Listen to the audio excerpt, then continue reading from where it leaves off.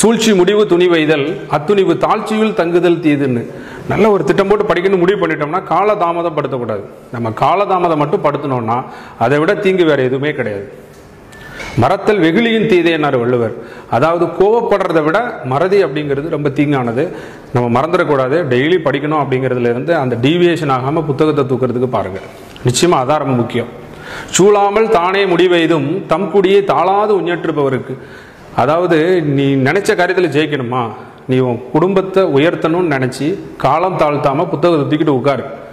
உனக்கு புரியாத பாடம் கூட ஆட்டோமேட்டிக்காக புரியும். காலம் மட்டும் தாழ்த்தக்கூடாது, விரைந்து முடிக்க வேண்டும் என்ற எண்ணத்தோட புத்தகத்தை தூக்கிட்டு உட்கார்ந்தா சூழாமல் தானே முடிவெய்தும். நீ ஆராய்ந்தே பார்க்க வேண்டாம், ஆட்டோமேட்டிக்காக நீங்கள் சக்ஸஸ் பண்ணுவீங்க. 1.5 மணி நேரம் கிளாஸஸ் போகுதுன்னா புத்தகத்தை தூக்கி வச்சுட்டு 1.5 மணி நேரம் நீ கேளு. காலம் தாழ்த்தாமல் நாளைக்கு பார்க்கலாம் நாளைக்கு பார்க்கலாம்னு தள்ளி போடாமல் ஆட்டோமேட்டிக்காக நிச்சயமாக என்ன இருக்கும், அது இம்ப்ரூவ்மெண்ட்டாக இருக்கும். உங்கள் லைஃபுக்கு மிகப்பெரிய அது சக்ஸஸ்ஃபுல்லாக இருக்கும். எல்லாரும் நம்பிக்கையோடு படிங்க. நிச்சயமாக நம்மளால் சக்ஸஸ் பண்ண முடியும் இல்லையா? பொறியின்மை யாருக்கும் பழி என்று அறிவறிந்து ஆழ்வினை இன்மை பழி அப்படின்னாரு வள்ளுவர். நாம் முயற்சி செய்யாமல் இருக்கிறது மிகப்பெரிய குற்றம். இந்த வாய்ப்பை பயன்படுத்திக்கோங்க. கற்றவருக்கு சென்ற இடமெல்லாம் சிறப்பு இருக்கிறது. அதனால் இந்த படிப்பின் மூலமாக மட்டும்தான் உங்கள் வாழ்க்கையில் உயர்வடைய முடியும்.